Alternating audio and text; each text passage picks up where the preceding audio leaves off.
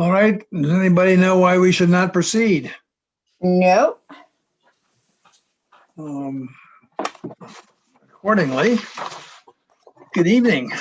I'm Daniel Drake, Chair of the Nantucket Memorial Airport Commission. I call the February 9, 2021 Airport Commission meeting to order.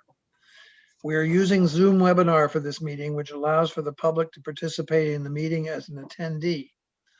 Attendees must register to participate. Nope. The registration link is unique to the meeting. Jeanette, would you please mute yourself? I will certainly, sir. Thank you. The registration link is unique to the meeting. The registration link can be found in the description of the Nantucket Government TV YouTube live feed for the meeting. People registering as an attendee must use their full names, otherwise they will not be allowed to participate in the discussion.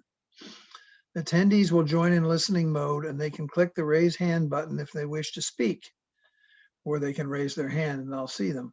The chair will call on those who have raised their hands in the order which they were raised. If you do not have an audio capable device, you can use a call-in number. We will not be using the YouTube chat function. All questions should be directed through the chair. As a preliminary matter, permit me to confirm that all members and persons anticipated on the agenda are present and can hear me. Commission members, when I call your name, please respond in the affirmative. Anthony Gasparo. Oh, I think you combined two of us. I'm here. Arthur Gasparo, I'm sorry. Tony, yes, I did. Arthur Gasparo, Tony Buscarin. I'm here. Andrea Planzer. Here. Jeanette Topham. Staff, when I call your name, please respond in the affirmative. Tom Rafter, Airport Manager. Here. Noah Carberg, Assistant Airport Manager. Here. Katie Perales. Here. Lillian Sylvia. Here. There are no other anticipated speakers on the agenda. We will be joined at some point by David Mackey of Anderson and Krieger, the airport's counsel, who will be with the commission for the executive session, which follows the open meeting. This open meeting of the Nantucket Memorial Airport Commission is being conducted remotely, consistent with Governor Baker's executive order of March 12, 2020, due to the state of emergency in the Commonwealth resulting from the outbreak of the COVID-19 virus. In order to mitigate the transmission of the COVID-19 virus, we have been advised and directed by the Commonwealth to suspend public gatherings. And as such, the governor's order suspends the requirement of the open meeting law to have all meetings in a publicly accessible physical location. Further, all members of public bodies are allowed and encouraged to participate remotely. The governor's order, which you can find posted with agenda materials for this meeting, allows public bodies to meet entirely remotely, so long as reasonable public access is afforded, so the public can follow along with the deliberations of the meeting. We do also allow public participation as outlined previously using Zoom webinar. As previously noted for this meeting, the Nantucket Memorial Airport Commission is convening by video conference via the Zoom webinar and broadcasting on the Town of Nantucket YouTube channel. Please note that this meeting is being recorded and that all attendees are participating by video conference. Please also be aware that other folks may be able to see you and to take care not to screen share your computer. Anything that you broadcast may be captured by the recording. All supporting materials that have been provided to members of this body are available on the town's website unless otherwise noted. The public is encouraged to follow along using the posted agenda unless I note otherwise. Before we turn to the first item on the agenda, permit me to cover some ground rules to provide for the effective and clear conduct of our business and to ensure accurate meeting minutes. I will introduce each speaker on the agenda. After they conclude their remarks, the chair will go down the line of members, inviting each by name to provide any comment, questions, or motions. Please hold until your name is called. Please remember to mute your phone or computer when you are not speaking. Please remember to speak clearly and in a way that helps generate accurate minutes. For any response, please wait until the chair yields the floor to you and state your name before speaking. If members wish to engage in a conversation with other members, please do so through the chair, taking care to identify yourself. Finally, each vote taken in this meeting will be conducted by roll call vote. We have one public comment session towards the end of the agenda. But if any of the members of the public are here and have a question about anything that we're currently discussing, please raise your hand.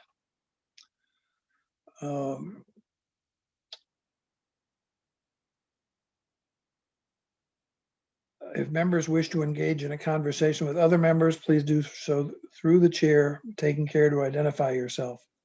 Finally, each vote taken in this meeting will be conducted by roll call vote. Thank you. Moving into the agenda. Are there any questions or comments on the agenda? Hearing none, is adopted. We have the minutes of the January 21st meeting. Are there any additions or corrections? Hearing none, is there a motion to accept? I'll make that motion. Thank you, Ms. Topham. Is there a second? Second. Thank you, Mr. Biscaron. How do you vote, Ms. Topham, Aye. Ms. Planzer, Aye. Mr. Biscaron, Aye. Mr. Gasparo? Aye. And the chair votes aye. It's unanimous. Is there a motion to ratify the warrants of January 20th, 2021 and February 3rd, 2021? I'll make that motion. Is there a second? Second. Thank you, Ms. Topham, Mr. Biscaron. How do you vote, Ms. Topham? Aye. Ms. Planzer, Aye. Mr. Biscaron, Aye. Mr. Gasparo? Aye. And the chair votes aye. Mr. Rafter, do you want to take us through the pending leases and contracts? I think you all received a slightly updated one, and I guess that's not been posted. So there are a couple of not additions, but a couple of the pending items have become Active. active, yes. And you might mention that as you go through, Mr. Rafter. Okay. The first is a lease amendment with JetBlue, and that's to cover the extension of their services that they had through January 3rd. It also adds some de-icing language. The next is Flyblade, and that may have been listed as pending on the original exhibit. It's a request for consent to assignment, and we would like to ask the commission's approval, but we would withhold that until there's certain repairs made at the facility that we've requested recently. So we'd like to have that done before we execute that. The next is Southern Airways. It's been on here for quite a while, and we've been working to try to get an agreement. We then imposed the penalty fees. They came back and asked if we would waive the penalty fees. And we said we wouldn't recommend that until they paid in full. They have paid everything in full. And I would like to ask the commission to waive the penalty fees. And we're working with legal to establish whatever documents are necessary to cover both past and any future operations here. All right, we'll take care of that at the end. Okay. The airport gas is still impending, but just late today, we received some paperwork for a sublease request. However, there's some concerns with their compliance on certain lease requirements that we will attempt to address with them and bring this back to you for consideration at a further meeting. Water filtration of New England, doing business as Culligan. That's an extension of the existing agreement. It's just extending the expiration date. Amendment 1 to the task order 1 for McFarland Johnson is an addition of $155,318. It's again the first task order on PFAS with MJ in Weston. And there's some increases and decreases, just some of the highlights though. There were fewer poet systems needed than anticipated. However, the ones that were installed required some additional design efforts and other management type things. We also requested some additional public relations work. The original task assumed 22 properties would be sampled. Actually, there were 40 wells sampled across 35 properties, and the original task order identified 5 soil samples, and we requested an additional one out by the snow removal equipment building. Next is another task order amendment with McFarland Johnson to task order 4. And this is a credit of $101,933. You may remember this was originally called the study area or Nobadir Way study area, even though it included some other roads in that vicinity. The task order was originally $525,745, so it's being revised down to $423,810. And the original task order assumed a number of POET systems being installed, whereas we're proceeding now with mostly hooking up to the existing water system in that area. The next is a contract amendment with Jacobs Engineering in the amount of $97,841. This is for additional resident engineer work associated with the Taxiway Echo project, which will include an add alternative, which you'll see in the next item here is the contract amendment with Lawrence Lynch in the amount of $3,141,051 to construct the add alternate for what is known as phase 5 of the Taxiway Echo project. What happened here was that we completed phase 1, most of phase 2. They're coming back in March, April timeframe to finish up phase 2. They were going to proceed into phase 3. However, given the results from some PFAS testing, which Noah will get into later, we had to rephase the project, and we have to move into phase 5, which is down by the approach to runway 24. It's between the run up of 24 and runway 1533. So this is the add alternative for that. And again, this project is 100% funded already through a grant with FAA. Next is a new task order for McFarland Johnson, task order 9. This is for investigation response work associated specifically with the fuel farm. Task order is initiated based on the results of recent source investigation. And Noah will be presenting this later in the agenda if you want to delay or postpone this until he explains the details of that. But this is based on the most recent sample results we got back. We need to do some work fairly quickly in the area of the fuel farm. And I'll defer to Noah, but we were waiting for some pricing that, because this initial, what you have on the exhibit does not include the camera work that is required for the investigation. And we're trying to get some savings by having a firm that may be on the island do that. So we may request permission. And Noah, are we still? We would either come back for an amendment or ask the commission's permission to delegate the chair's approval of additional work not to exceed $10,000. So again, if you want to defer that until after the PFAS discussion, or however you want to handle that, Mr. Chair. We'll deal with that separately. Okay, and the last is just a placeholder for the future task order to identify the PFAS plume. All right, are there any questions or comments on any of these?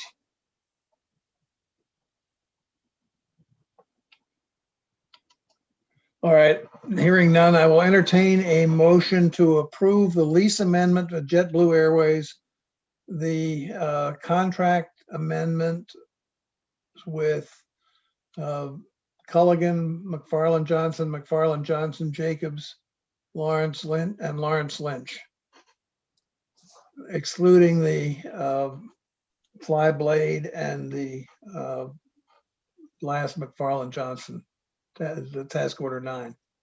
And Southern? And we'll handle Southern Separately. second too. Is there a motion to approve the those contracts which I enumerated? I'll make that motion. Thank you, Ms. Planzer. Is there a second? second, Thank you, Mr. Buscarin. How do you vote, Ms. Topham? You're muted. I know. Aye. Ms. Planzer, Aye. Mr. Buscarin, aye, Mr. Gasparo, Aye. chair votes aye. All right, on the consent to assignment of Fly Blade, I will entertain a motion to approve the consent subject to Fly Blades making repairs to the building which they occupy by under lease before the consent is signed. Is that correct, Mr. Rafter? Yes, Is there such a motion? I'll make that motion. Thank you, Ms. Topham. Is there a second? aye, Thank Second. you. Thank you, Mr. Buscarin. Are you there, Ms. Planzer, or are you frozen? No, I'm here now. I Okay. thought I was frozen. All right. How do you vote, Ms. Topham? Aye. Ms. Planzer, Aye. Mr. Buscarin, aye, Mr. Gasparo? Aye. The chair votes aye. All right. The contract with Southern Airways. Well, it's Yeah, not a contract, so we'll come back to that. The contract with McFarland Johnson, the last active item on the list for 72,553 for task order 9. I ask for a motion to approve that task order and contract with a delegation to the chair of an additional expenditure not to exceed $10,000 for camera work in connection with that contract. Is that good, Mr. Carberg? Yes, it is. Thank you. I just want to understand this because this contract, so are we like approving an amendment that can be up to $10,000 that then Dan is authorized to sign? Yes. Okay, Right. maybe if the motion was like, it's almost like you want to approve this contract. And With then with a also- potential motion, with a potential amendment to increase the contract by up to $10,000 or not to exceed $10,000 for related camera work. Okay, Yeah, I think that's good. all right. Is there such a motion? I'll make that motion. Thank you. Is there a second? I'll second for discussion. Thank you. Just a quick question, and it raised the point earlier to Mr. Rafter. Are we sure that the camera work is not involved? Because there's some conflicting language in the two contracts between MJ and Weston, where MJ says that it doesn't include the camera work, and there's a line in the Weston contract that Weston will do the camera work. or you want to address that? Sure. It does not include the camera work. The line in the Weston scope is a holdover or an error. Thank you. Does your second still stand, Mr. Of course. Gasparo? Yes, of course. Any further questions or discussion? How do you vote, Ms. Topham? Aye. Ms. Planzer? Aye. Mr. Buscarin? aye, Mr. Gasparo? Aye. The chair votes aye. All right, thank you. And finally, on Southern Airways, given their payment of all amounts past due, is there a motion? How much are the penalties that we're waiving, Mr. Rafter? Lil, I think there are $2,000 or $3,000. Do you recall, Lillian? Yeah, 3,000. 3,000? And the payment was 37,000, I think. Is there a motion to approve the waiver of the penalty? Did they give any reason through the chair why they were late? I think I can try to explain this. They initially anticipated being a year-round operator, which would put them in the category of a signatory, which is a different agreement with a different rate structure. They operated and then changed their decisions, if you will, in terms of flying year-round. And so therefore, we had to go back and change the rates and change the agreement to a non-signatory, which was an increased amount. That's still no excuse for operating without an agreement. And we've made it perfectly clear that they will not be given access to our terminal until they have an agreement for their future operations. But that's essentially what happened and why there was a miscue there. Thank you. Are there any other questions, comments? Is there a motion to approve the waiver of the penalties for Southern Airways? So moved. Thank you. Is there a second? Second. Thank you. How do you vote, Ms. Topham, Aye. Ms. Planzer, Aye. Mr. Viscarin, Aye. Mr. Gasparo? Aye. The chair votes aye. Phew, that was an ordeal. We're just getting started. Right. Okay, moving on.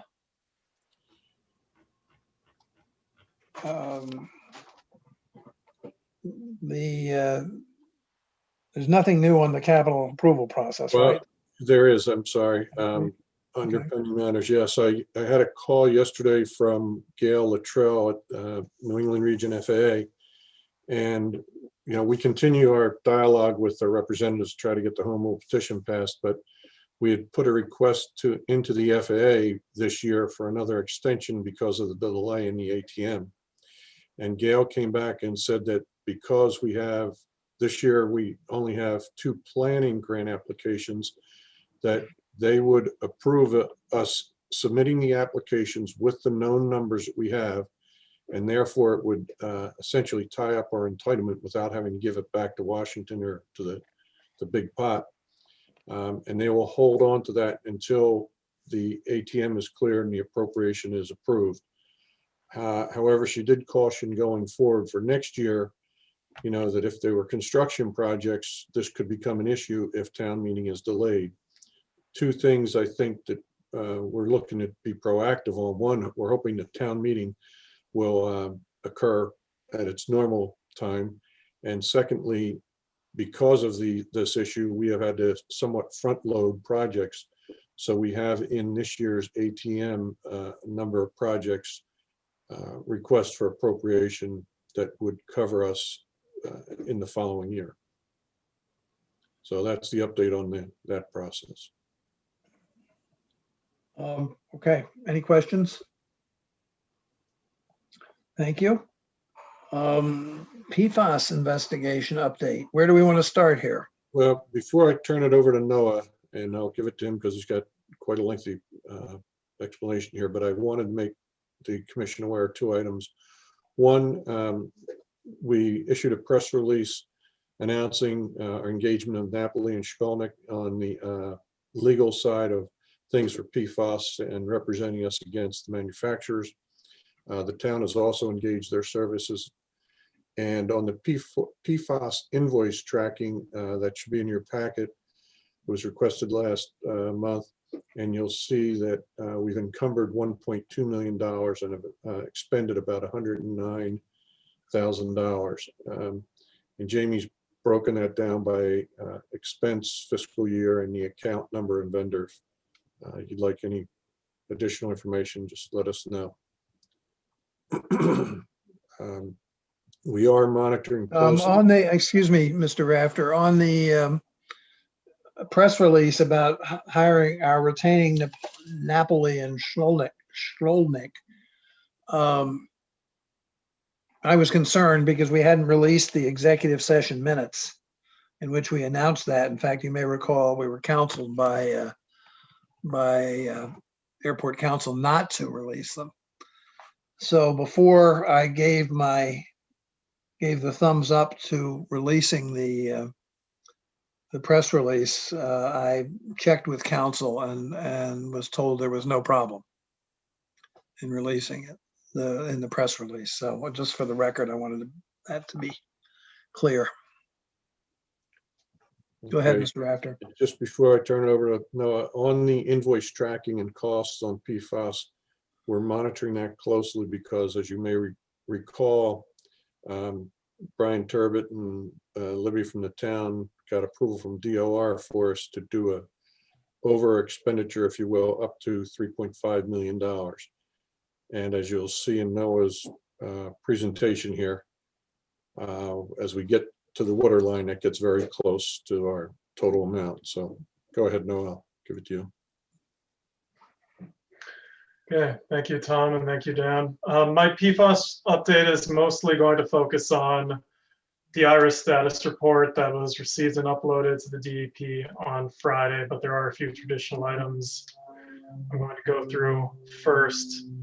For an activity summary, there isn't much of an update since last month. We still have 3 outstanding access agreements that have not been returned on the west side.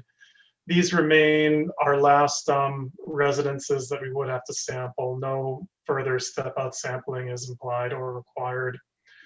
And we are at 251 samples taken over 71 drinking water wells, with 18 poets installed, although we continue to monitor 2 homes that are close to that 20 part per trillion threshold to see if they're required. For the water main project, we have an update on schedule. The permitting news is good news. We can use a project approach that involves submitting a MISA checklist instead of a full, much more burdensome environmental review process. An archaeological review is required by Mass Historical Commission for the site. They're currently reviewing our site survey plan. We would like to request determination from the Concom, as some of the water services may be within the jurisdictional buffer for the coastal dune. And we anticipate the completion of these permitting requirements by mid-March. Roughly speaking, we think the bid documents could then be available to the public in the April to May timeframe. And construction, assuming a smooth bid process, no bid interruptions or protests, could begin in June to July for approximately a 4-month duration. And with your permission, we'd like to invite our consultant from McFarland Johnson to provide a full design and schedule update at the next meeting. We've also sent our revenue use letter with the support of counsel to FAA. This document provides our rationale for the use of airport revenue to fund the water main. It's important. Airports aren't typically in the private utility or the public utility business. So this clarifies what and why and what advantage it confers to the airport and the community. For the water service update, you'll recall this project differentiates from the water main in that we have 6 property owners who own residences with exceedances of 20 parts per trillion, and they're adjacent to but not on town water. We've met with 3 of these homeowners now to review their sites, and we're scheduling the remainder to go and review the different site conditions. Each site is unique. Homeowners have a different range of concerns, and the layout of their lots is different from site to site. So it's been a beneficial exercise for us and for the consultant. I have 2 items related to procurement and appropriation. First is that I mentioned the water line. With annual town meeting moving back from April to June, it's possible this could affect our capital availability as we look to continue to fund the task orders you reviewed today, as well as the water main project. And we continue to have these discussions internally and with town officials. We put out the POET operation and maintenance contract for the 3rd time, and for the 3rd time we received no interest from potential plumbing contractors to maintain these systems. We continue to try to implement a one-off approach, whereas as a problem arises with the system, we address it accordingly. It's not ideal, but it's really what we have at this time. You know, the initial indications are that plumbers aren't available, or they don't want to work for the town, or they don't want to work on systems that they have not installed. But, you know, we'll continue turning over rocks trying to find interested parties. I'm going to take just a moment to start my screen share. Okay, that should be up now. So the town has published their preliminary risk assessment document. It's available through the town website.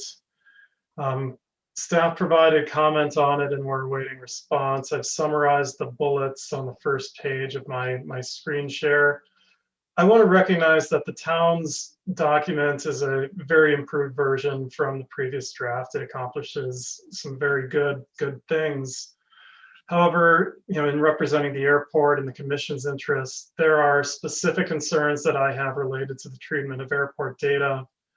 Namely, table 6.1 of the assessment finding lists Wannacomet wells as being a potential receptor for use of AFFF at Nantucket Memorial Airport, and it cites PFAS impacts that are confirmed via sampling.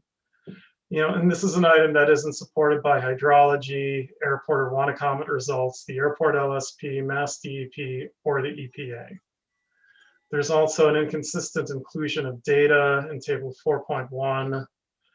Table 4.1 publishes and associates privately solicited sample data, despite lack of quality controls and ACK having completed its step-out sampling. The same table also excludes 2019 co-compost data, citing these same lack of quality controls in the discussion.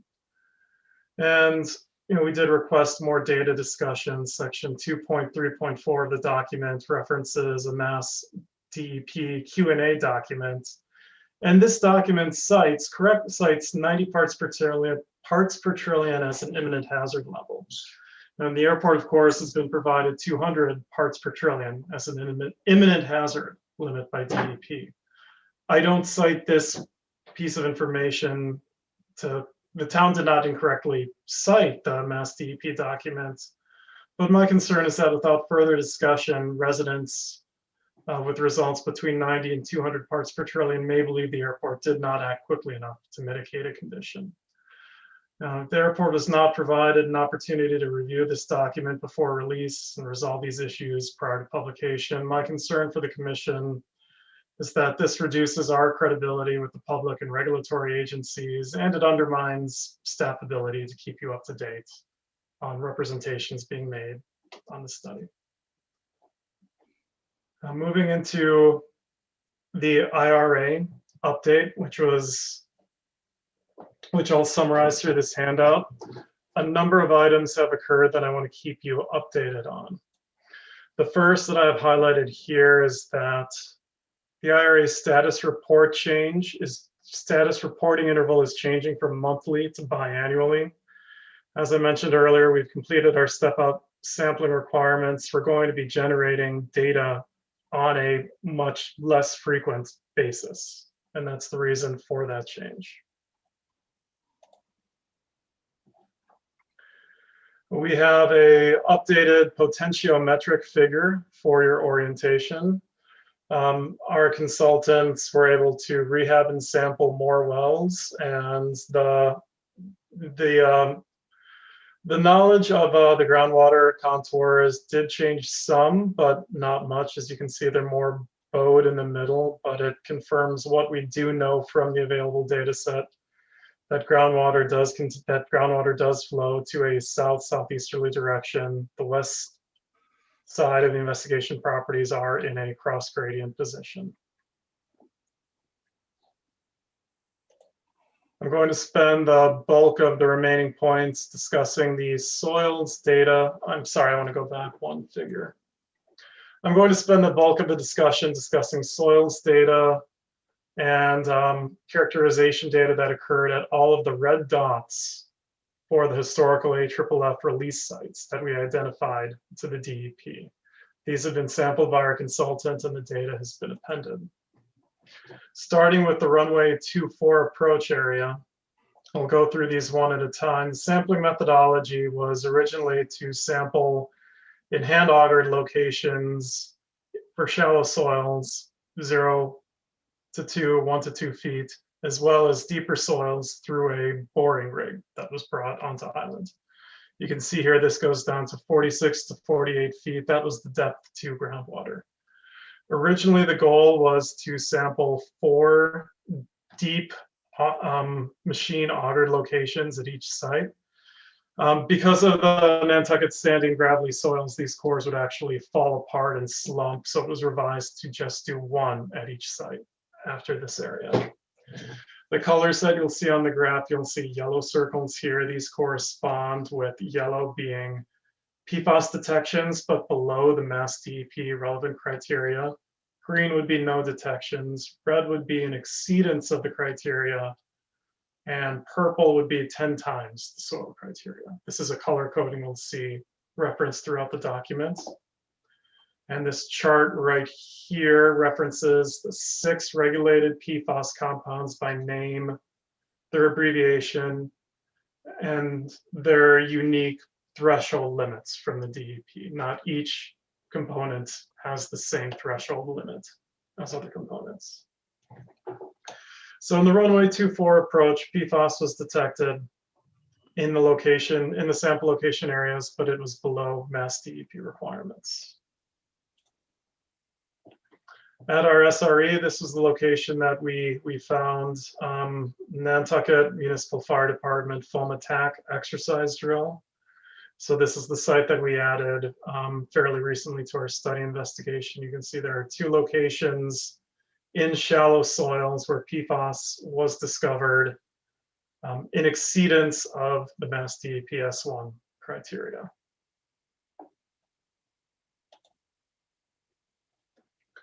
For the Stroney lot, this is at the end of the Bunker Road on the land side of the airport. You can see that there was 1 location where the single deep sample occurred, where PFAS was found, but it was found less than the S1 concentrations. And then there are outlying areas to that point where PFAS is found in shallow soils exceeding the S1 concentrations.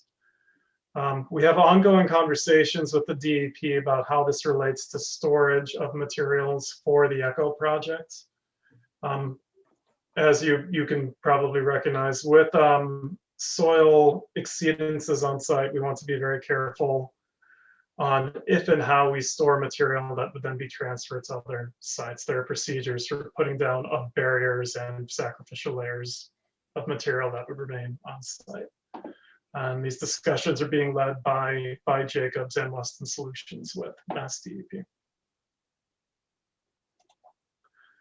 For the runway 1533 midpoint, of the 4 locations sampled, we found 1 exceedance of the S1 soil standards. So again, for orientation, we are midpoint on our crosswind runway 1533.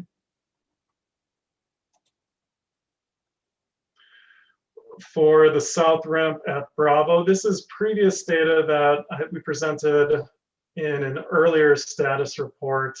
We're appending it now with the rest of the status reports just for consistency, but we had pushed this data related to the taxiway echo work. It found 1 location where soil exceeds the S1 standards.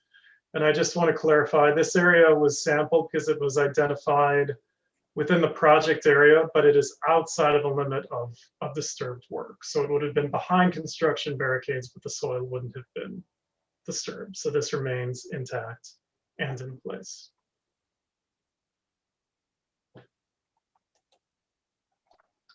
Okay, so the fuel farm, we discussed this with your approval of a earlier task order.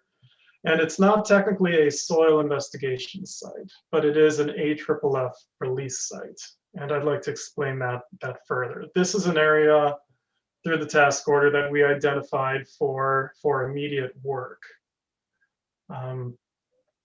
Our fuel farm was built with an overhead fire suppression system that was backed by an AFFF based foam over 2 different secondary containment structures. And we did test this system annually per requirement from approximately 1995 to 2015. The AFFF was removed through a DEP take-back program in 2020. However, as you'll see from these results, an adjacent catch basin, FF01, is testing high at 440 parts per trillion. This is above the total PFAS threshold of 20 parts per trillion. We also were able to, through Weston, rehab a groundwater monitoring well. And they were able to test this well recently, and it returned results of 685 parts per trillion. So we're testing groundwater, and this was concerning, and we wanted to address it immediately. We've already pumped out the standing water that was in this catch basin. As this number indicated, it was high, and this is material we didn't want to release into groundwater. So we've done that. The consultant has already sampled standing water present in the catch basin in the secondary containment system for the fuel farm. And we're expecting those results back on the 12th, possibly later, depending on sample volumes. We've ceased manual sumping of the secondary containment system, and we're going to look for the pending results to direct future work, as well as the future work we want to undertake in that task order.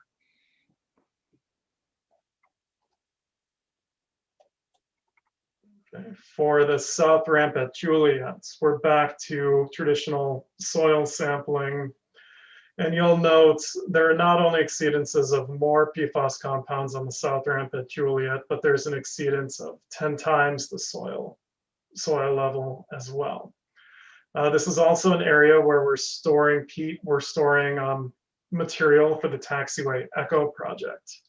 So of course, the same DEP advice for handling and storage of materials applies related to the biobarrier and sacrificial soil layers. This is an area where I believe the consultant has indicated it's safe to say they will develop a follow-on soil sampling protocol to better determine the horizontal and vertical extent of PFAS contaminated soil in this area. This is our sands pit south of the approach end to runway 6, so near Novadear Beach. So as you can see, there are now multiple exceedances of 10 times the DEP's S1 soil standard, as well as multiple exceedances at shallow levels. Now, this does represent a high degree of contamination. More soil sampling will also need to occur in this area.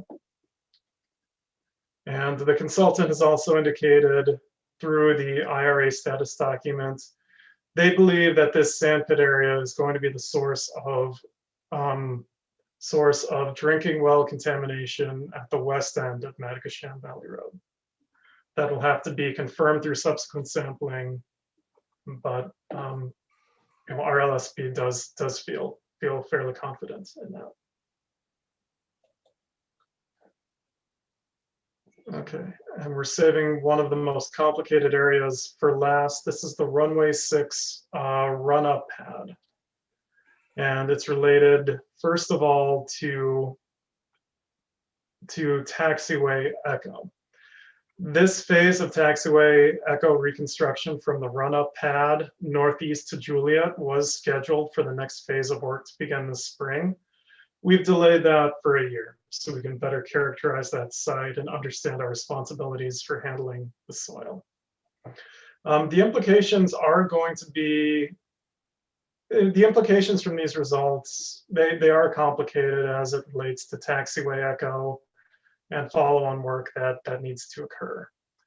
Not only related to project schedule, but for mitigation. But at the same point, this project also provides an advanced look for what soil mitigation at the other sites might look like. We've spoken with our consultants in DEP, and we are going to take the taxiway areas and accelerate our response to them because of the construction schedule. So ongoing sampling is going to be required in this area. As you can see, we have multiple exceedances of 10 times the DEP level for soil, as well as multiple exceedances of the DEP S1 level. Groundwater is at about 15 feet below surface here. Our deep boring location was in this area. This was as determined by the consultant. And we have areas off the side of the pad that have exceedances of the S1 standard. These yellow circles that we've designated with the acronym WL were for the water line, for the trench and fill portion of the water line. We wanted to pre-clear, if you will, the location for the water line, so we didn't run into an issue where in the future we were ready to build the water line but had to wait to clear soil. So we were able to confirm that this is going to be an acceptable path for the water line. In the future, we're going to, whatever we do for this area, we are going to have to install some sort of monitoring well apparatus or system down gradients of this area. But to look ahead for future options, we were able to discuss a few with DEP, and this is early. I'm not endorsing a particular method for groundwater, for soil mitigation.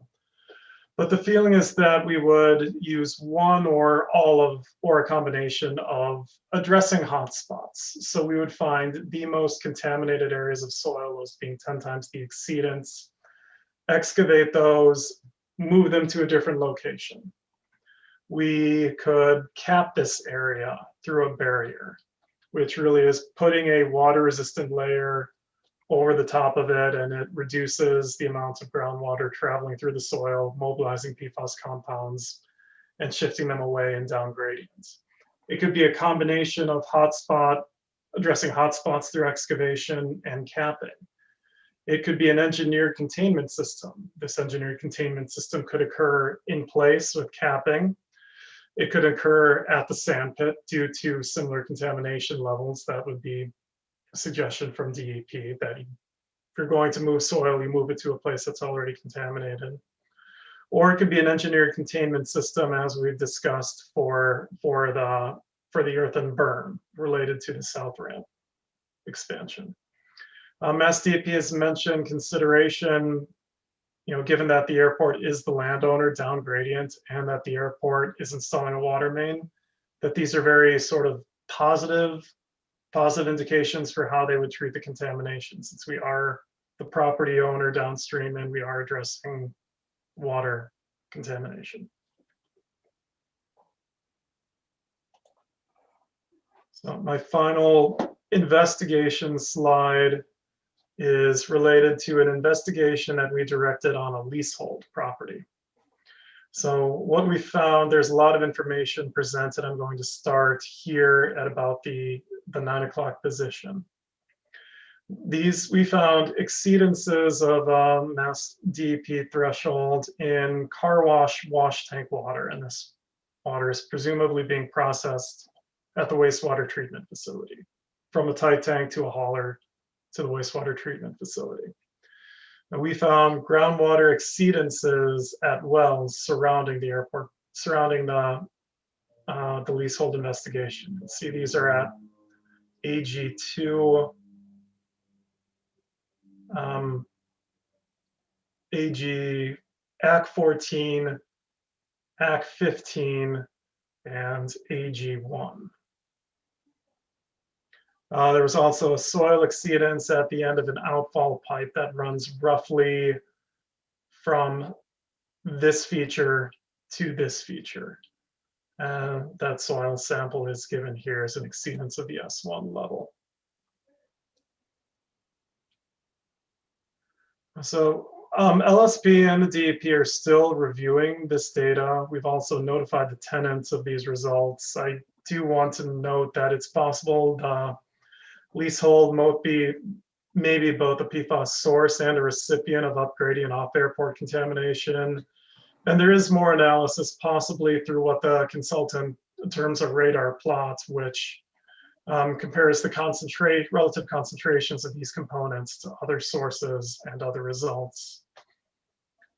That could help with that determination, from, I think, my level, and I think we speak from Tom, I think we recognize that the tenant was cooperative in accommodating this investigation on the leasehold. We recommend we continue to engage with the tenant, but we ask for further direction from the commission on this.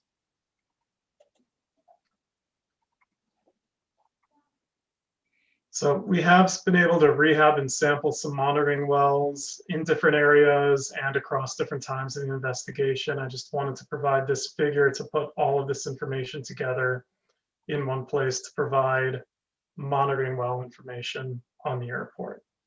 And most of them are clustered in this area of the airport, which is helpful for drawing some groundwater flow information of the airport as it relates to the western boundaries. And this was reflected in the potentiometric map that I began with. I have 5 figures that I have pulled from the IRA. These are influent POET concentrations over time. There's a discussion in the IRA where the LSP states that PFAS levels are stable to declining. I'm going to go through these graphs right here. Property X-ray Alpha, property Romeo November, property Kilo Hotel, property Tango Delta, and property India Bravo. I encourage you to read the LSP's discussion. I'd characterize it as just sort of a FYI. We're going to continue monitoring. We're going to continue monitoring this over time. So that concludes my report. I'm going to leave my shared screen up in case there are any questions and I need to reference that. Are there any questions? Ms. Topham, do you have any questions? I guess I'm surprised that PFAS is all over the airport. I thought it was kind of more centralized from what I'm looking at the map. Am I not correct in saying that these are all release sites? You're correct, Dan. So the red areas, and I'll point to them here, the runway 6 run up, the south ramp at Juliet, the fuel farm, the south ramp at Bravo, runway 24 approach, the SRE, Stroney Lot, the runway 1533 midpoint, and the sand pit were all areas where the airport dispensed AFFF in response to required training drills, certification drills, NFPA requirements for the fuel farm system, or in the case of the SRE, the municipal fire departments drill.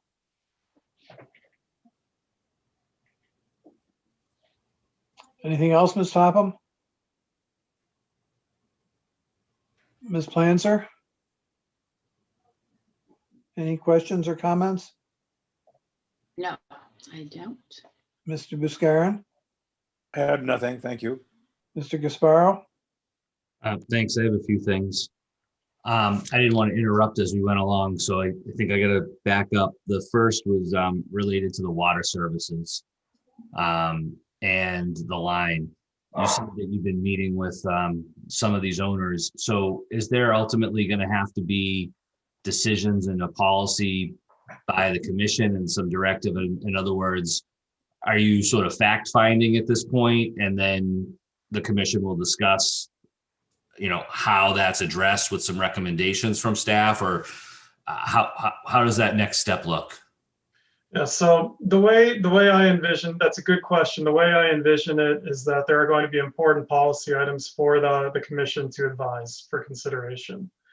I have an idea of what a few of them might be, but I would like to visit all of the sites and bring them to you at once. But the issues are related to items such as payment of a water bill, or how residences are treated where there are multiple buildings on a site, and how that water service physically looks like in response to what the airport's obligations are and what amounts to the residents' preferences or the residents' interests. Thank you.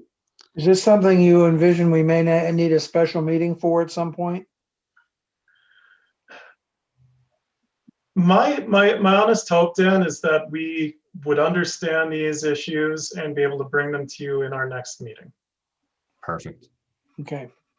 That was my next question, sort of just timing, but thank you. And then on the overall water line installation, I want to be sure that I understood. You mentioned with respect to running the water service and permitting with natural heritage, that the process would involve a checklist review as opposed to a comprehensive management permit. Is that for the entire waterline project all the way to Mattakasham? That's correct. For the entire waterline project can be addressed as such. The determinants really seem to be being able to accommodate directional drilling to avoid some sensitive or potentially sensitive sites. And so, first off, that's great, and I give you a lot of credit because that's clearly a result of having done a lot of homework and advance, work in conjunction with natural heritage for a project of that scope. I think to be reviewed like that, and is beneficial to the airport. So thank you. How much, and perhaps this was presented last time, how much are we now directional drilling versus open trench? I can get those exact numbers, but I'll indicate them on Yeah, the first. sure, that's fine. I just sort of. There's an area across the runway 6 approach, commensurate with our runway safety area, so I would guess 500 feet. There's an area of probably 75 feet in this general area where the right-of-way was conveyed to a private homeowner and we need to leave the road and enter habitat. And I believe there's a third area that occurs around here where the traveled way passes through property owned by the land bank. And I don't think I'm going to be able to accurately summarize the issue, but it's either that obtaining an easement isn't typically provided by the land bank, or it would be a time sink and it would just be easier to directional drill where we have to leave that leave that area. Thank you. And so what's the timing or anticipated timing for filing then with natural heritage for that next step and the plans and sort of the overall, when do we think we might actually be shovel ready? Shovel ready, the estimate is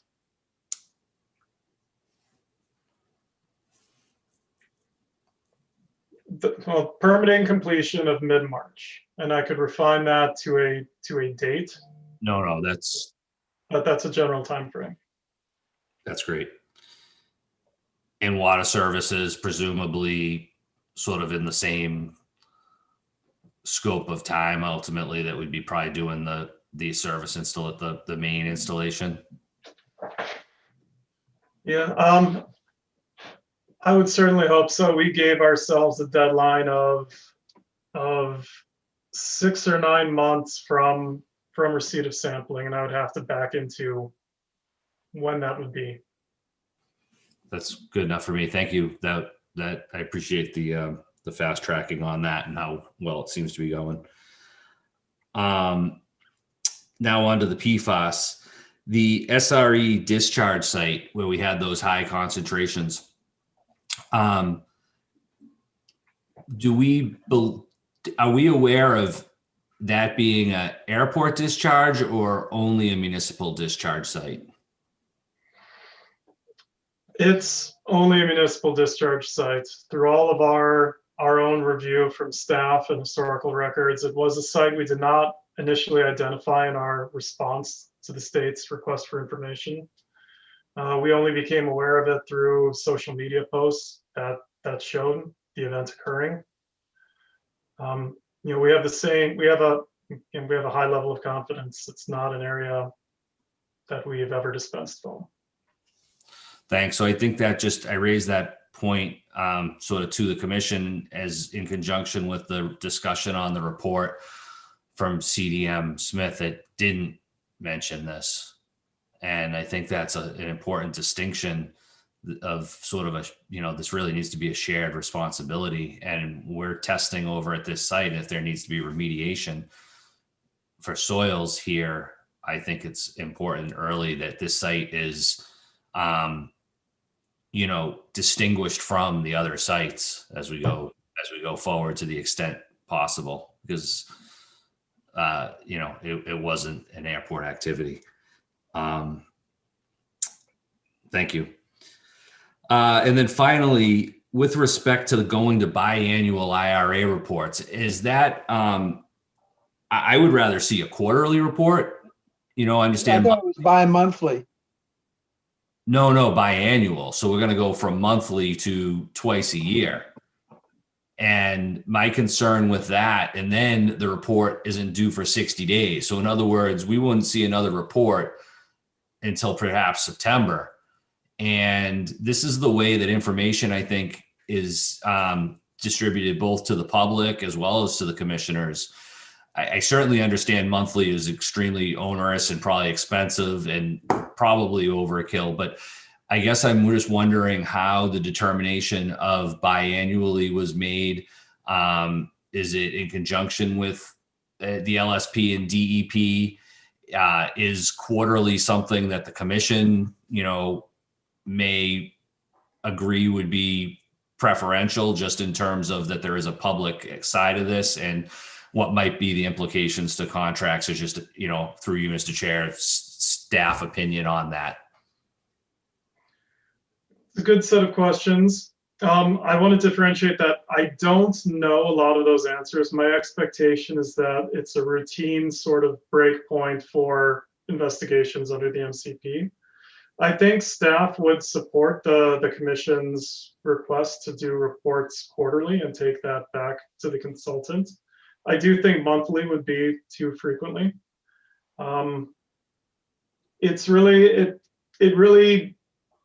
It's driven a lot by the amount of data that's coming in. So it's something I could certainly support the commission in supporting quarterly. Well, let's try for quarterly, and if it seems like it's overkill because there's nothing to put out, we can reconsider. I respectfully disagree. I think biannual is going to be fine. I think we've dug up and investigated this, and I think the pros are telling us that they only need biannual. I would go with that advice. Well, there is the public relations aspect of it too, and people tend to forget when they don't have information updated on a fairly regular basis. I mean, whatever the other commissioners think we can do, but I tend to agree with Mr. Gasparo. And I also do, through you, the Mr. Chair. I would be open to, excuse me, to the opinion also of the, licensed site professional, and, a discussion of staff, and maybe come back to us next month and say, this is why you guys really don't need that, or it really isn't that much extra work. And because there's a lot of information. I know I read all of these every month. Or is there some sort of Reader's Digest version? Yeah, executive summary of some sort. Something that could be done quarterly. Why don't you explore that, Mr. Carberg? Happily. All right, and come back to us next month. I mean, I'm not sure we need this level of detail, but I do think that the general information and showing that things are happening is appropriate. And then finally, if I may, on the leasehold site, are we covered with our continued investigation and work and cooperation with the leasee in terms of, are there current are there task orders that cover the continued work and us working together with them to sort of get around what we have going on here? I believe that they have expended the scope of initial tasks, and then probably some. I think if there's more investigation that the commission would like to see or that the LSP would recommend, we would have to scope a new task and fee order through McFarland Johnson. I guess what happens next?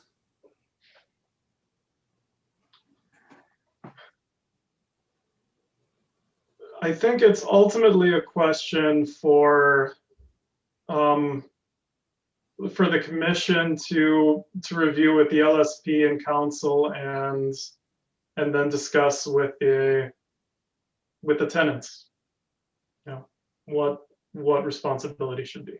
Could we schedule that for the next meeting as well? For a discussion with the LSP? We can do that. Thank you. That's all I had. Thank you. Anything else, Mr. Carberg? Mr. Rafter? That's it. Thank you.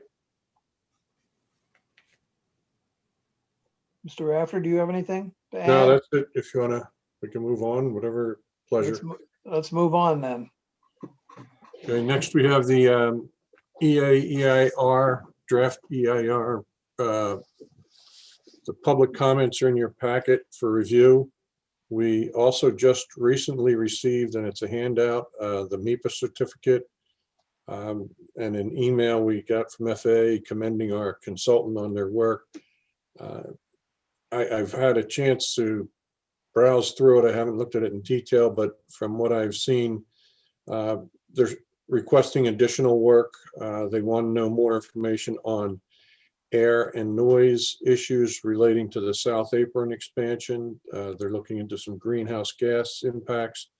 I think there's some of this was certainly anticipated by the consultant, but there's probably some additional things that the certificate's requiring. So the next step is for the consultant to prepare the FEIR, final environmental impact report, and address the issues that were brought up through the MIPA certificate. Did I miss anything there, Noah? I hope we'll have a chance to review that, before the day before it's due. I'll make note of that for sure.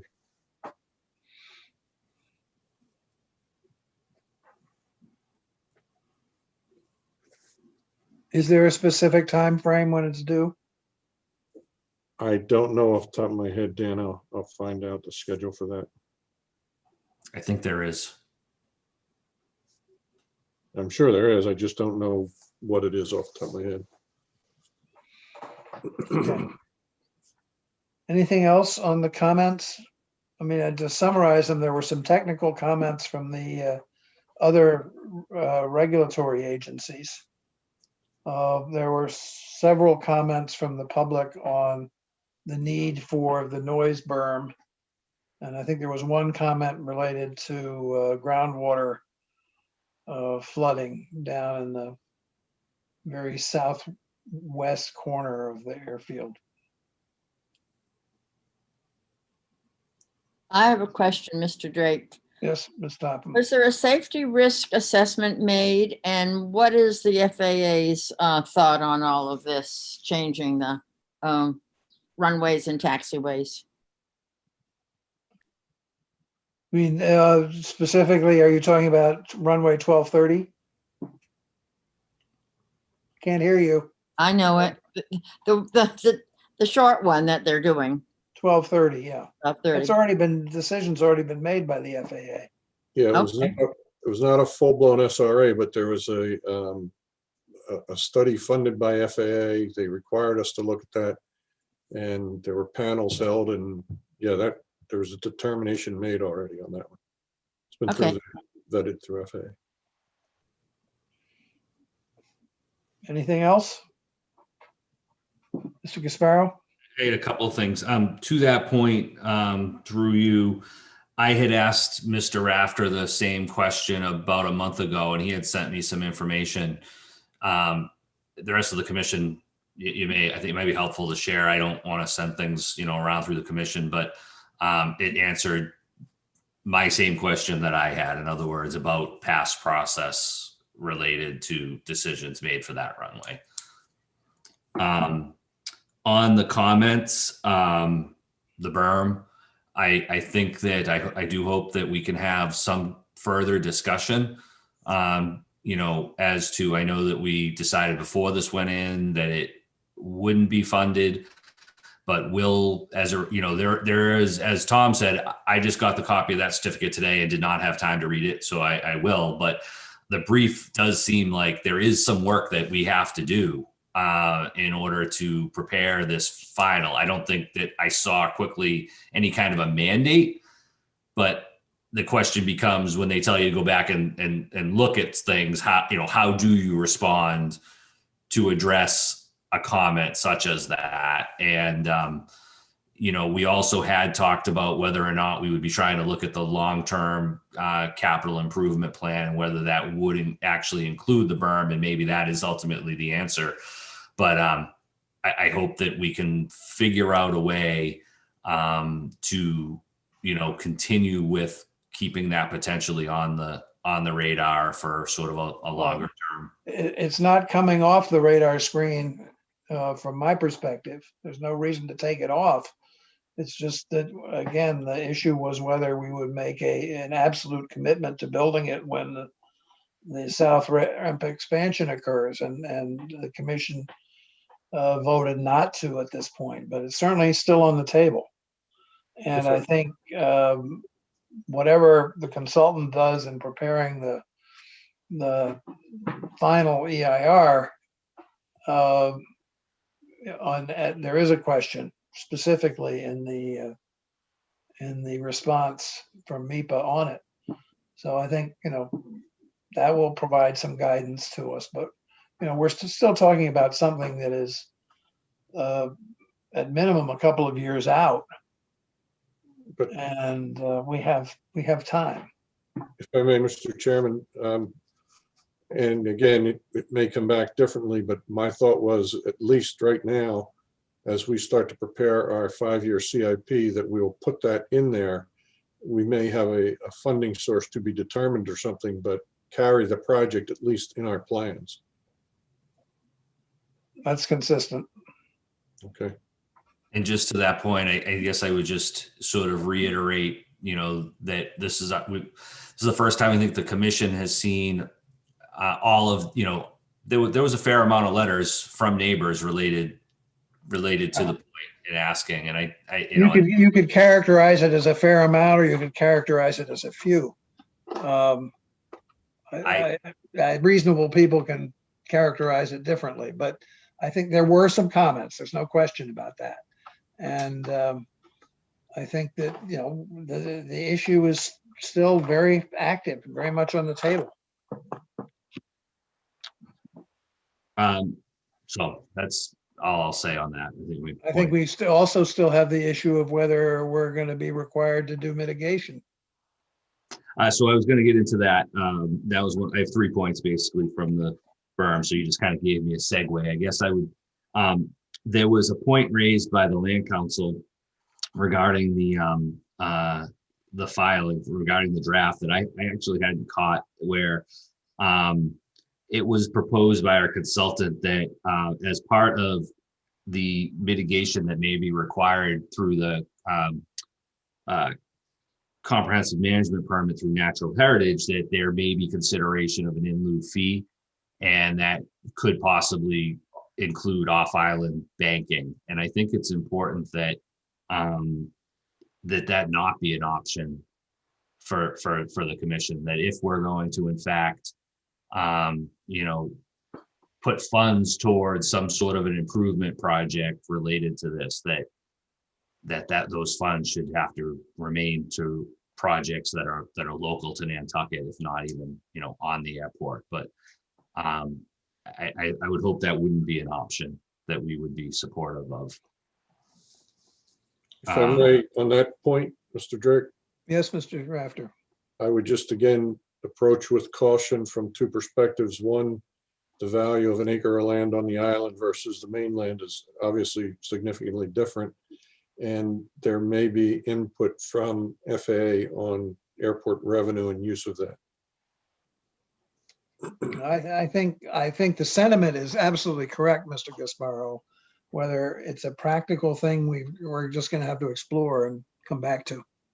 Yeah, agreed. I think that we'll be further in the process when that comes back, but I think the earlier we bring up something like that for staff to convey to the consultants that such a proposal may not be well received, if that's in fact, and if there is a menu or and I understand that, restricting, it may come down to decisions such as, putting restrictions on certain portions of airport land that versus a fee. And those are decisions that might have to be made. But anyway, I just wanted to mention it early on because it's not something that I've ever seen done before.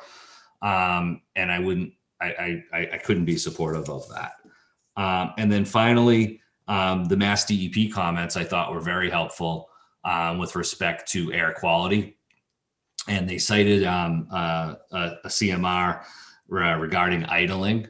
And, that gets to the longstanding discussion I think that we've had, APU use on the ramp and trying to curb that to the extent possible, understanding that we can't interfere with the overall, aviation system. And I think that since we're expanding the ramp and you have a Mass DEP offering sort of a suggestive, helpful comment that our consultants should look at that, and perhaps we can even incorporate as staff and ops in the past, the discussions that we've had at the subcommittee level regarding signage and the policy that's in place for the 15 minutes. It's always gone back to sort of the strength of it was just that it was a voluntary program based on a policy adopted by the commission, when in fact there actually is a mass regulation. Now, albeit I'll agree, I don't think that is an end all be all perfect, thou shall type regulation, but it could be very helpful, I think, to the staff and to the ops guys in terms of, and perhaps even our education program and signage, that instead of just having it sort of a per order of the commission, it's also per, MGL 310 CMR, that sort of a thing. Maybe I'm hopeful anyway. And I would just try to see how that might be able to be incorporated into our overall, policy and operations, as well as the response that does have to be looked at. One of the comments I did see quickly in the certificate was related to the GPUs. And Tom did inform me that there's another one that, is in the process of being procured, or you did buy, you can correct me, but essentially we are getting a bigger, better, newer unit. That's not going to fix everything. But again, I don't think this is for a Sunday in August. I think it's for a lot of it is sort of shoulder type seasons or later or earlier when the ops could actually handle putting, 2-3 type, jets on an auxiliary power, on a ground power source, excuse me. So how we may be able to incorporate that and those comments into supporting the response for the final certificate, as well as ongoing policy related to the ramp operation, both existing and proposed expansion, I think is important. And I look forward to sort of further discussion on that. Will Mr. Carberg and Mr. Rafter, can you take that up with the consultants as they develop their response and ask them to provide us with some sort of talking point when they come back with the final report?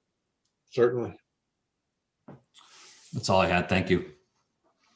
And thank you for putting that on the agenda and the comments in the packet. Okay. Surplus property declaration, Bunker Road. That's another parcel we're going to be offering through RFP process, and that's the parcel located behind Atlantic Landscaping. I think, do we need a vote on this, Katie? I think we do. Yeah, I Yes. think so. Yes. I'd make a motion to declare the subject parcel surplus property. Is there a second? I'll second. Thank you. Any further discussion? How do you vote, Ms. Topham? Aye. Ms. Planzer? Aye. Mr. Buscarin? Aye. Mr. Gasparo? Aye. Chair votes aye. Uh, Thank you. Moving all right along.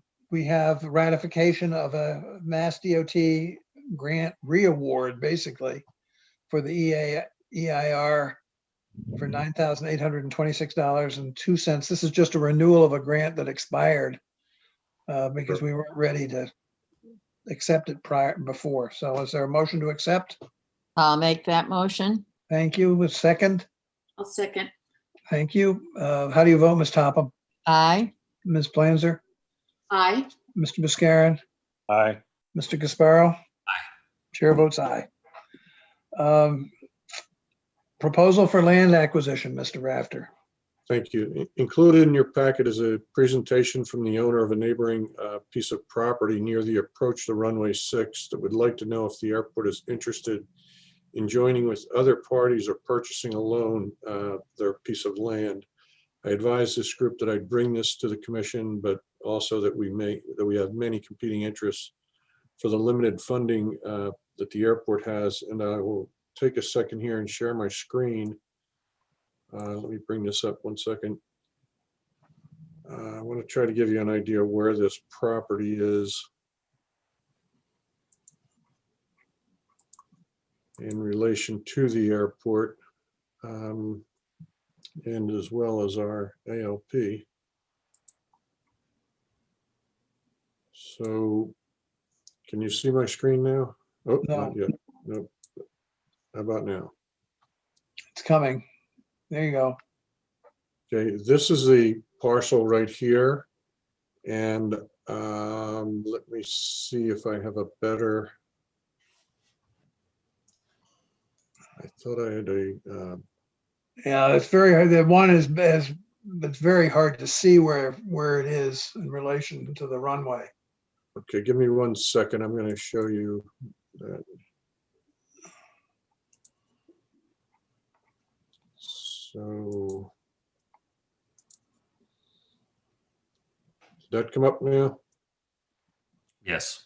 Yes. Okay, so this is the runway 6 approach right here. The trapezoid is the RPZ, runway protection zone.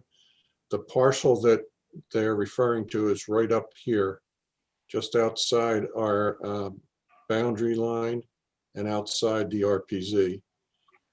So they're making statements that it could be beneficial to the airport for navigation easements and so on.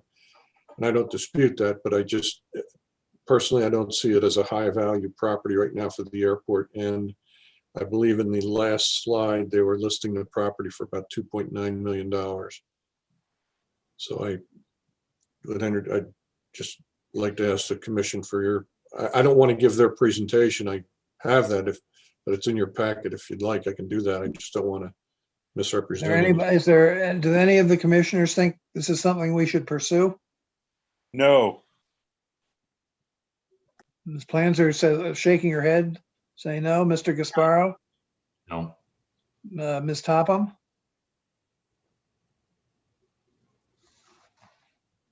Ms. Topham? Would you take your screen share down? Well, I can't see her. Ms. Topham, do you think this is something we should pursue, this acquisition? She's shaking her head no as well. All right. I think we have our answer.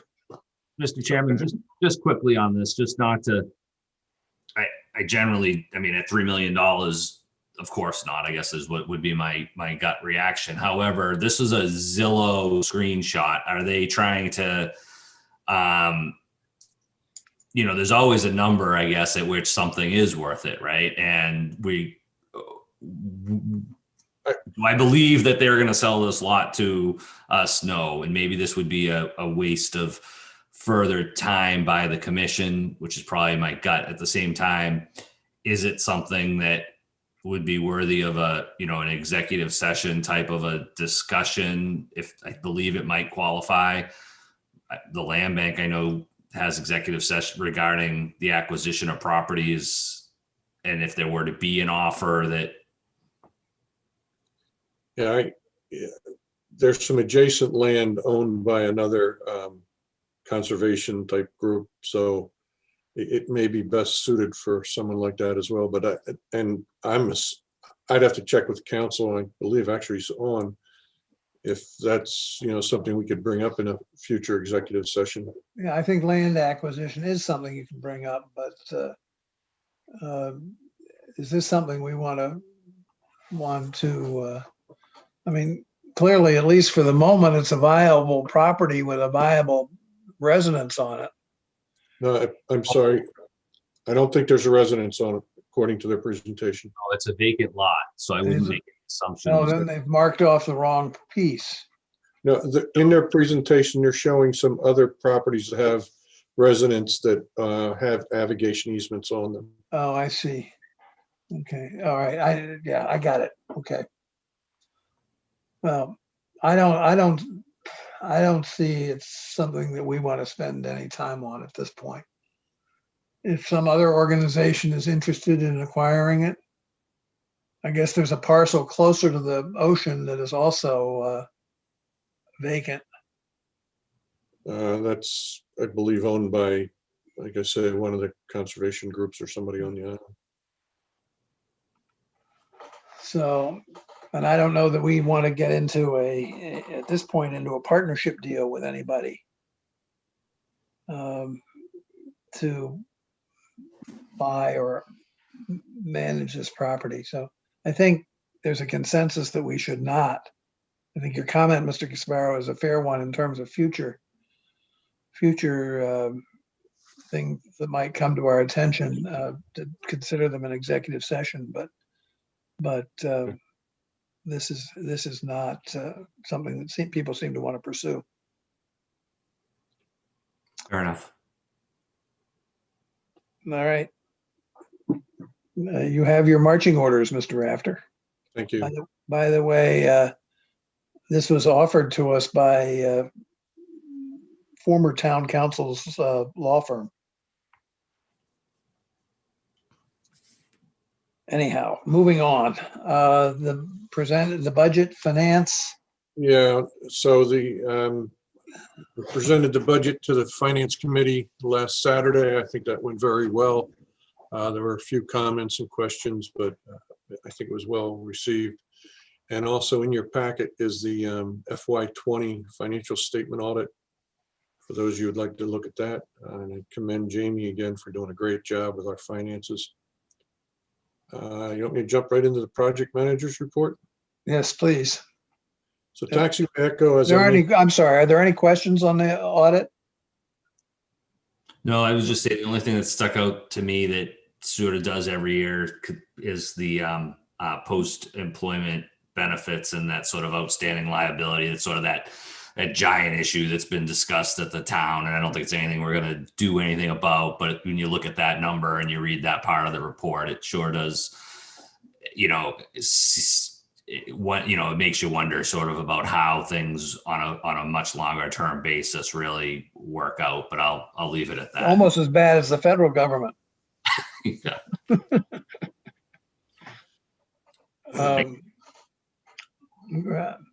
All right. Go ahead, Mr. Rafter, with your manager's report. Okay, on the projects, as we mentioned earlier, Taxiway Echo, we're changing the phasing around on that, and we've had meetings with DEP, FAA, and MassDOT, as well as both consulting firms, looking at all the alternatives and to ensure that we can keep Taxiway Echo moving along. So that's going to start back up here in late March, early April, I believe. Security phase 2 work continues in the terminal, the ARF building, and the FBO building. We're expecting some trenching to begin next week to do some connectivity and drop conduit between the buildings. There was a slight issue with the HVAC system in the server room, but that's being addressed through warranty. Fuel farm rehabilitation work. We have asked the consultant to add something to that, and that is a epoxy layer, possibly in the fuel farm containment area. Going back to Noah's discussion on PFAS and that earlier, that would address some of the latent PFAS issues if in fact they are identified or confirmed through further sampling. The Great Harbor Yacht Club pile removal, tentative plans right now, plans are to be available March 3rd, bid opening on March 24th, bringing it to the April commission meeting, hopefully for construction towards the end of April, or mid to late April. And I believe that's only about a 4 or 5 day project. I would say destruction, not construction. Yeah, that's true. So hangar development, we've had at least 2 parties express interest in constructing hangars. Both have been sent draft leases. One is proposed to be located adjacent to Gate 15 as it's indicated on the airport layout plan. The other is proposed on the pavement adjacent to Hangar 8 and would require a pen and ink change to the ALP. Both will have to deal with various levels of environmental issues, and NOAA has been working with the consultant and the agencies through that process. We also have applied for 10 ASMP, Airport Safety and Maintenance Program, grants through MassDOT. We have a discussion with them next week. A lot of this is for reimbursement of things that we've already done. And I can run through them real quick. It's a seismic certificate we had to get for the control tower, HVAC controls, security project upgrades that are non-eligible items, fuel farm upgrades, stormwater inventory assessment, rare plant and grass monitoring, GPU, zero-turn mower, and a bus, as well as a replacement of a pickup truck. On the RFP status, Bunker Road number 32 was out already. We received 1 proposal back that's under review. The tug bid, we received 1, and that also is being reviewed. Bunker Road 66 is being created. That's the one I believe you authorized earlier, disposal of land. HVAC improvements, the bids are due February 25th. And the concession for the hold room, I believe we just received town approval today on that. And we're working on developing an RFP for maintenance of the security system. And as I mentioned earlier, the fuel farm will be rebid in March. Any questions on projects before I go on to operations?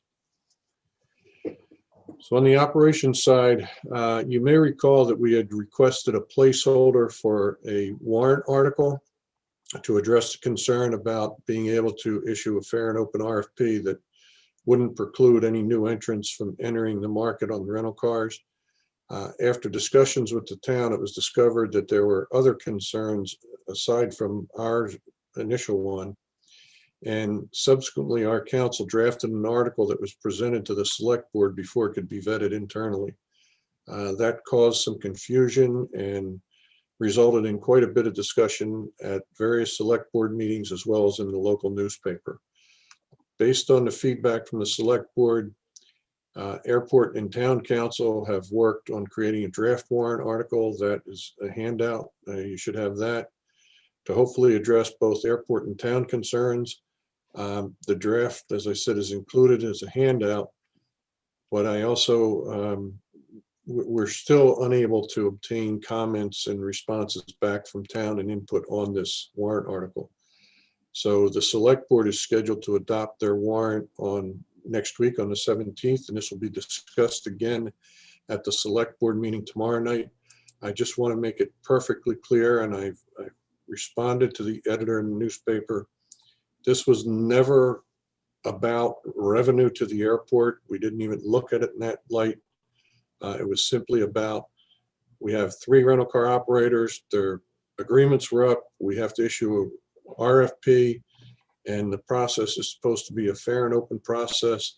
And we determined that we were unable, if we so chose, to select a new operator because of the restrictions that are on the medallions currently through the bylaws.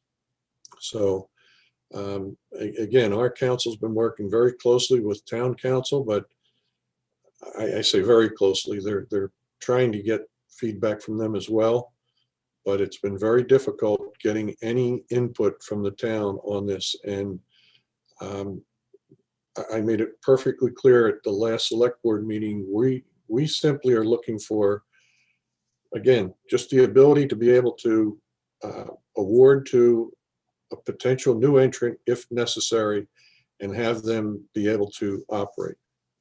So, and town council was unable to answer my question if that would pose a legal issue. I don't know if it would or wouldn't, but if it's not, then, you know, I'm fine with just removing this entire effort of the warrant article. So there We're- was, we're- I'm sorry if I may too, some of the confusion that started this was the initial rough draft of the warrant article was requesting removal of the cap of 700 on the total number of rental vehicles on the island. And that created quite a stir, to which we backed up. And the latest one that you see in your packet, the recommendation came from, I believe, town council to possibly put a limit on the number of medallions that a individual company could obtain, and that they would have to identify by a certain date how many they wanted, and then any remaining, the select board could use their discretion to assign as they see fit. Now, that's where we are right now, but as I said, I've sought input and have not been able to receive any from the town. So that's where it stands, and I'll be prepared to present it again tomorrow night to the select board, but I don't know what to. The question has been raised as to whether this is, you know, something's been put out there that hasn't been blessed by the commission. I think Mr. Rafter has mentioned this repeatedly for a number of meetings. Unfortunately, at this point, there is no article per se to be approved. The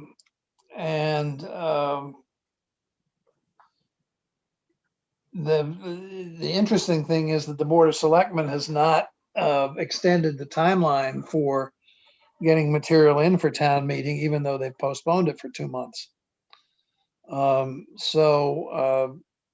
Yes, there is a date certain that's coming up when the warrant has to be ready. But I would suspect that these things can be modified if they have to be, or if we'll talk about it at the next meeting, whatever's on the table. And if the commission chooses to endorse it, fine. If it chooses not to, then we'll take no action, essentially. In all full disclosure here, Mr. Chairman, I did receive a call today from another major car rental operator who continues to express interest in putting in a proposal, but has had no success in receiving any response also from the town. So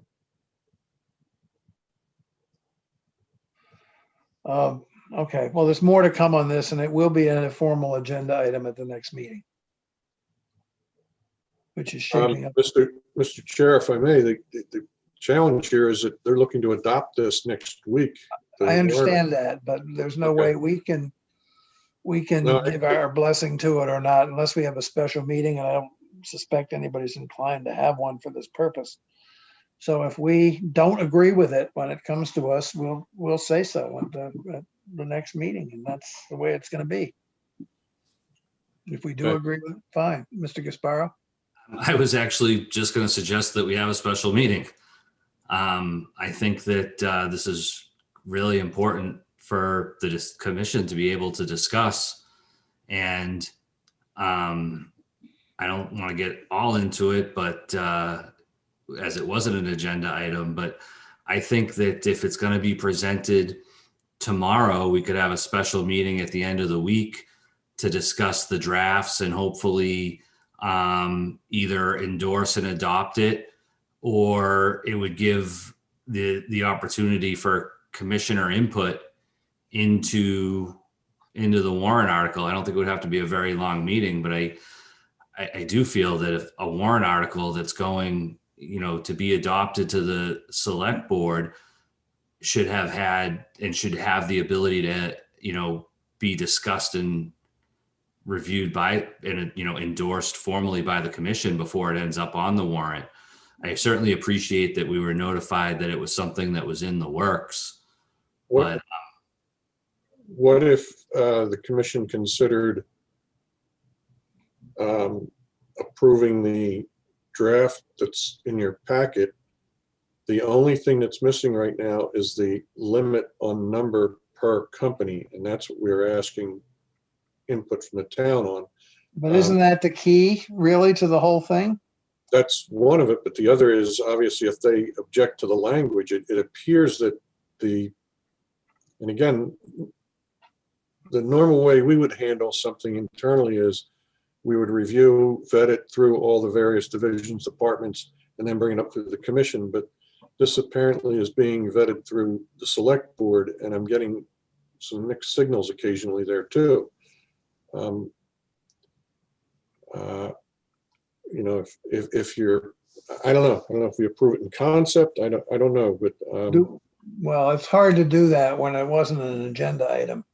okay. Well, the other thought, or just again thinking out loud here, based upon whatever transpires tomorrow evening, then we're going to be relying on airport and town council to prepare something that the commission can then vote on, which again, I don't know that I have no assurance that that's going to be acceptable even to the select board at that time. So. Well, there are two options, I think. One of them is to do it at the next meeting and give our blessing to whatever's we've come up with. The second one is to have a special meeting, maybe before next week's selectmen's meeting. My concern with that is that the feedback from the town has been virtually non-existent of late. And I'm concerned that we're going to end up with something here that I don't think, an option for the rental car companies to decide what they want and don't want is a viable option. They're going to say they want everything. And then from looking at it from our bidding process, nobody's going to come in and bid and pay to get set up if they don't know if they're going to get any permits. I'm really troubled by not the idea of a fair and open process for people to operate and for the public to rent cars. I'm concerned that we're going to end up with something that's going to be a lot of time and effort and doesn't solve the problem. In the face of a lot of not a lot, but some public pushback on really irrelevant issues, revenues, traffic, and so forth. So what is the sense of the commission? Do you want to have a special meeting next week? I concur with having a special meeting. Ms. Planzer, what's your feeling? Yeah, special meeting's fine with me. Mr. Buscarin? We could give it a short time, I guess. I guess I'm for a special meeting. I don't think it's going to solve the problem I agree with you, Dan, but I think we should at least be allowed to consider it and say that we did that. Okay, let's do it. if I may, Mr. Chairman, what about just a thought, Friday afternoon? And what if this way here, when Tom goes to the select board tomorrow night, we have a draft, and the presentation is that the commission is going to meet after we get your input on this draft. So we'll watch their meeting, hear what they have to say as well, perhaps gets refined, and it's a more cooperative, type approach. We're cutting it very close in terms of timing anyway, with getting anything on a piece of paper that needs to be modified from what we already have. So I'd rather do it on Monday or Tuesday next week. I'm also not available on Friday, Mr. Chairman. Okay. Monday is a holiday. Right, so it'll have to be Tuesday. That's fine. Will we Okay. have what we need to put in a packet on Thursday? I would just put in a packet that, just put all we can put in is the draft we have. I think if, based on comments from tomorrow evening, Mina is very good at turning things around pretty quickly. He could probably work with Greg and at town council, Well, hopefully, maybe get us All right, something. if we can do that, fine, but at the very least, it would be what we have now Yeah, with something stamped across the front that says it's subject to change. That's good. Thank you. Okay, okay, will do. Thank you. all right, Can I continue on? Anything else? please. Okay.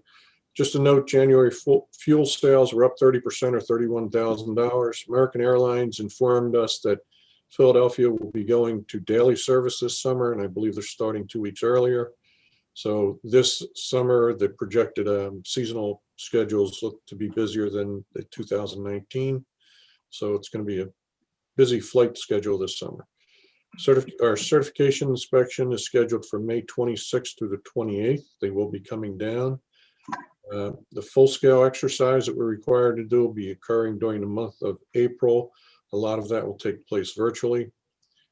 We've begun looking into our long-term capital, the non-eligible, non-AIP type projects, the smaller in-house ones.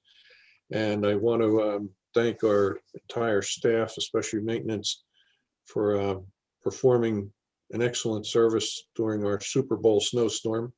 They were unable to watch the game, but they removed the snow here. Any questions before I go into statistics? No, go ahead. Operations are down 46.5% roughly over last December, year to date 20.3. Southwest ramps operations are down 26, employment's down almost 50%. Cape Air saw a 50% decrease in employments. Trade winds was down 63% or 160 passengers. Boston saw a 67% decrease in Cape Air. New Bedford down 58. Hyannis for December was down 43% or 389 passengers. JFK, interestingly enough, this year with JetBlue's presence, it had a significant change. They carried 238 passengers. Cape Air was down 132, but overall the market was up 73% or 106 passengers. And the Vineyard, for a second month in a row, has climbed and was up 70 passengers. So I have to look to see if that was an adjustment in the time frame or what it was. Jet gallons for December were down 35.9, year to date down 7.4. For January, as I said, they were up about 84% in gallons sold. Avgas was down 38% for December, year to date 20.3. And for January, they're up just slightly, about 0.2%. Freight did very well in December. Must be a lot of Christmas shopping or something, but was up 71.6% over last December. Cape Air back in the freight business did very well. FedEx and UPS also did well. And on the noise complaints, there were 0 last year and 1 this year, which was an IFR flight. It's okay to move on to the other items, Mr. Yes, Chair? sir. Nothing to report on the personnel front. I'd like to ask the commission for a letter of support for my, what is normally an annual request for position at the AAA in the executive committee. The local chapter is now requiring the same thing, so it's somewhat redundant, but I'd like to ask for that support again this year. I don't know if you have to take a vote on that or. Well, we'll take a vote on all of them when we're done. Okay. And then the next is manager, my travel. I've been asked to moderate a session at the annual Southeast chapter of AAA conference in Savannah. And I'd like to propose to the commission if I could get the time off and if the airport would support the registration, I would pay for the travel and hotel expenses. And another request is for the annual AAA conference that I normally put in for. This year, it's in Las Vegas in July. The registration for that is already paid for because it was previously approved last year. I believe it was scheduled to be in Denver. And since they didn't hold that conference, they're just rolling the registration over. So I'd like to request approval to attend that conference. What's the registration for the Savannah conference? I believe it's 400 and some dollars, 460 something, I think. I'd have to double check. And so for Las Vegas, it'll just be travel and accommodations. Correct. Is there a motion to approve Mr. Rafter's request for the letter of support and for the travel to the two AAAE conferences? I'll make that motion. Is there a second? I'll second. Thank you. Any further discussion? How do you vote, Ms. Topham? Aye. Ms. Planzer? Aye. What happened to our friend, Mr. Buscarin? I don't know where. Mr. Gasparo? Aye. Aye. Chair votes aye.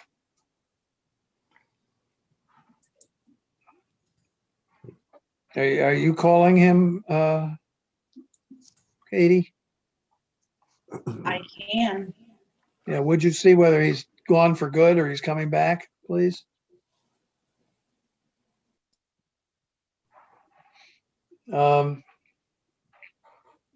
All right, are there any commissioners' comments? Nothing, I have nothing. Mr. Gasparo? I would just say appreciate scheduling the special meeting. Thank you.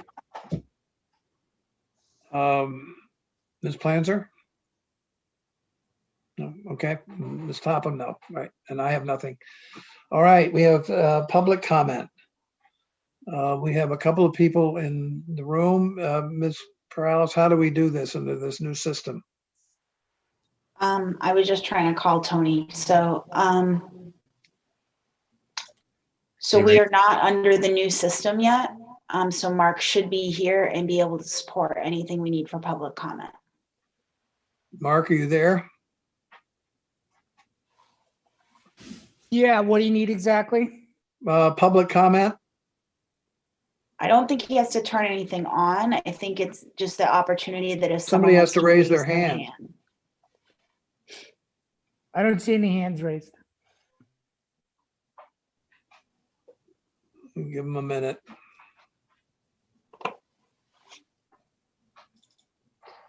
All right, seeing no hands raised, I will entertain a motion to move into executive session under General Law, Chapter 30A, Section 21A, to review the executive session minutes as enumerated on the agenda, and to review the minutes of January 12, 2021 for review and possible release. Under clause 3, to discuss strategy with respect to the litigation regarding the Gatto claim, where the chair has determined that open session may have a detrimental effect on the litigating position of the airport commission. Under clause 3, to discuss strategy with respect to the litigation regarding the Walsh Part 13 complaint Excuse me. determination and Superior Court litigation. Whereas Excuse me, the chair- Dan. Yes, We do see a hand raised. There is a hand up. all right. Tony, it's Katie. All right, Mr. Walsh, you're on.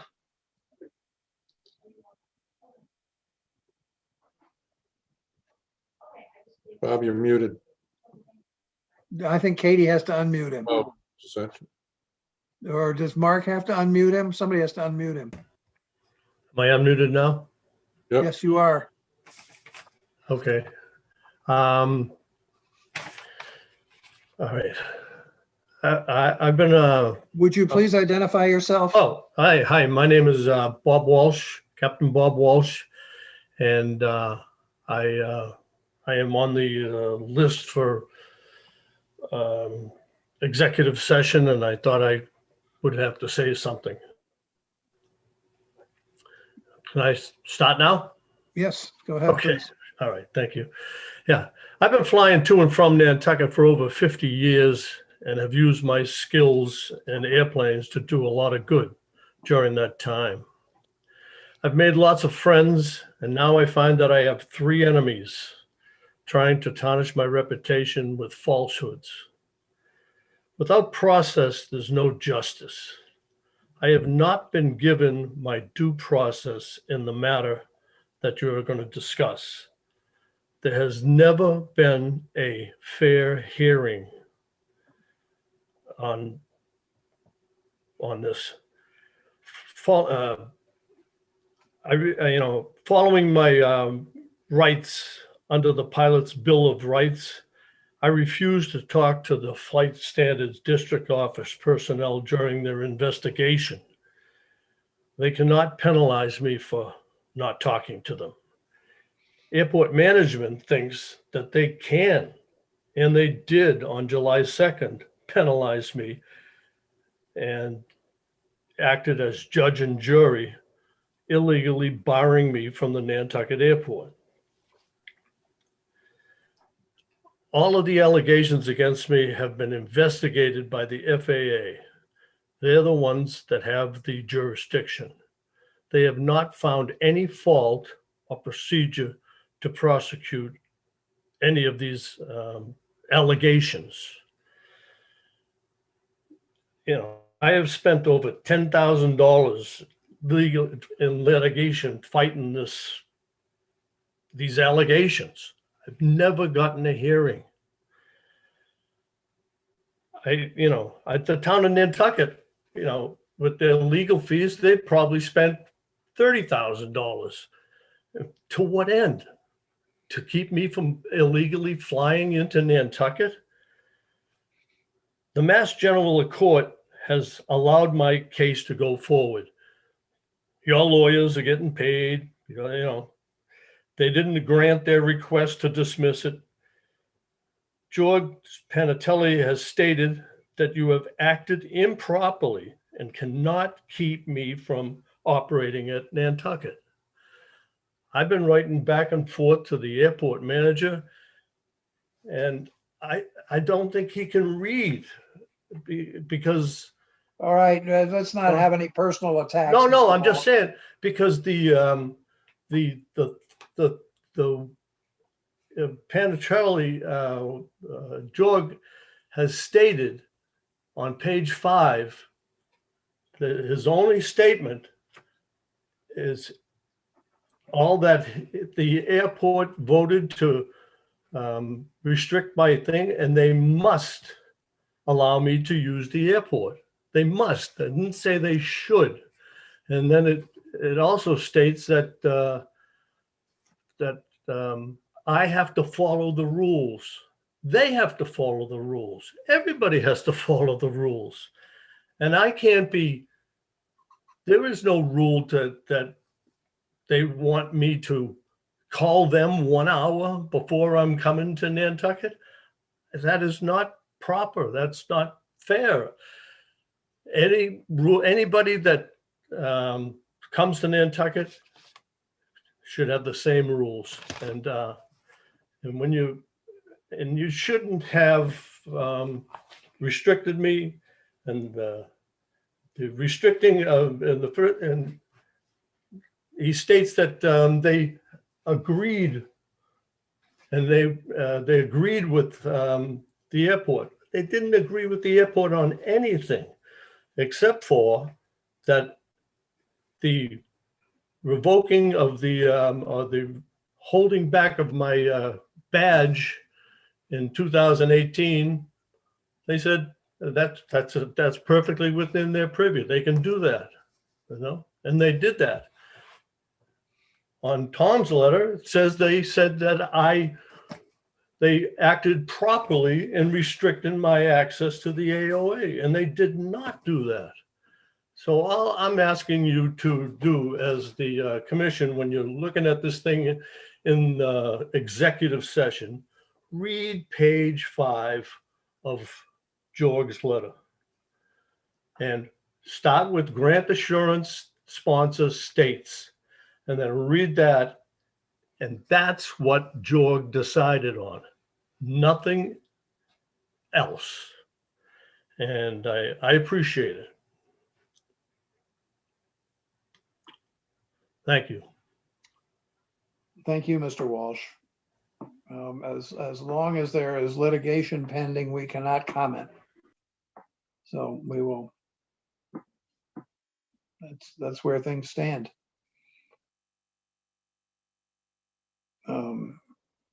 Any other comments, questions? All right, I will entertain a motion to go into executive session under General Law, Chapter 30A, Section 21A, to review for release the minutes enumerated in the agenda and review for release the January 12th, 2021 minutes for review and possible release. Under clause 3, to discuss strategy with respect to the litigation regarding the Gatto claim, where the chair has determined that open session may have detrimental effect on the litigation position of the Airport Commission. Under clause 3, to discuss strategy with respect to the litigation regarding the Walsh Part 13 determination and Superior Court litigation, where the chair has determined that an open session may have detrimental effect on the litigating position of the Airport Commission. Under clause 3, to discuss strategy with respect to collective bargaining, where the chair has determined an open session may have detrimental effect on the bargaining position of the Airport Commission. And under clause 3, to discuss strategy with respect to litigation regarding Brosnan, where the chair has determined that open session may have detrimental effect on the litigating position of the Airport Commission. Is there such a motion? I'll make that motion. Surprise, Ms. surprise. Ms. Topham, is there a second? I'll second. Thank you, Ms. Planzer. All right, we'll go into executive session. We have to do roll call. Oh, I'm sorry. Thank you. Keep me honest. How do you vote, Ms. Topham? Aye. Ms. Planzer? Aye. Mr. Gasparo? Aye. Thank you. And the chair votes aye. So we'll go into executive session. I